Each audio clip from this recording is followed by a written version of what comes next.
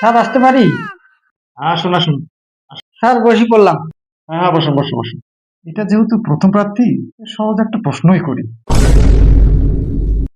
আচ্ছা, মনে করো তুমি বাজারে গেলে 1 কেজি আপেলের দাম যদি 100 টাকা হয়, তাহলে তুমি 100 গ্রাম আপেল কিনবা, তাহলে তুমি আপেল আলাকে কত টাকা দেবে?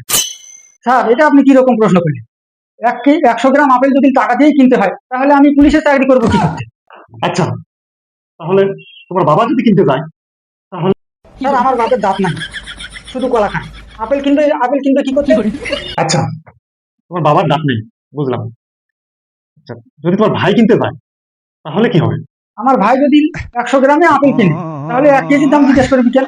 100 গ্রাম আপেলের দামই জিজ্ঞেস করবি। সাধারণ কোনো মানুষ কিনতে যায়, তাহলে কি হবে? স্যার সাধারণ মানুষের আপেল কিনার সাধ্য আছে নাকি? কিনলে পয়সা আলাদাই কিনবে। এ তো মহা বিপদে পড়লাম। পয়সা ওনারা কিনে, তাহলে কি হবে?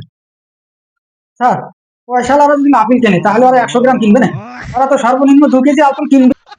শালাকে তো আটকানো যাবে না, চাকরিটা দিয়ে দে। আচ্ছা, তাহলে তোমার চাকরি ফাইনাল, বুঝছো? তুমি কালকে থেকে জয়েন, ঠিক আছে? থ্যাংক ইউ স্যার, আমি তাহলে এখন আসতে পারি স্যার। থ্যাংক ইউ, ধন্যবাদ, আসসালামু আলাইকুম। প্রতি নিঃশ্বাসে নাম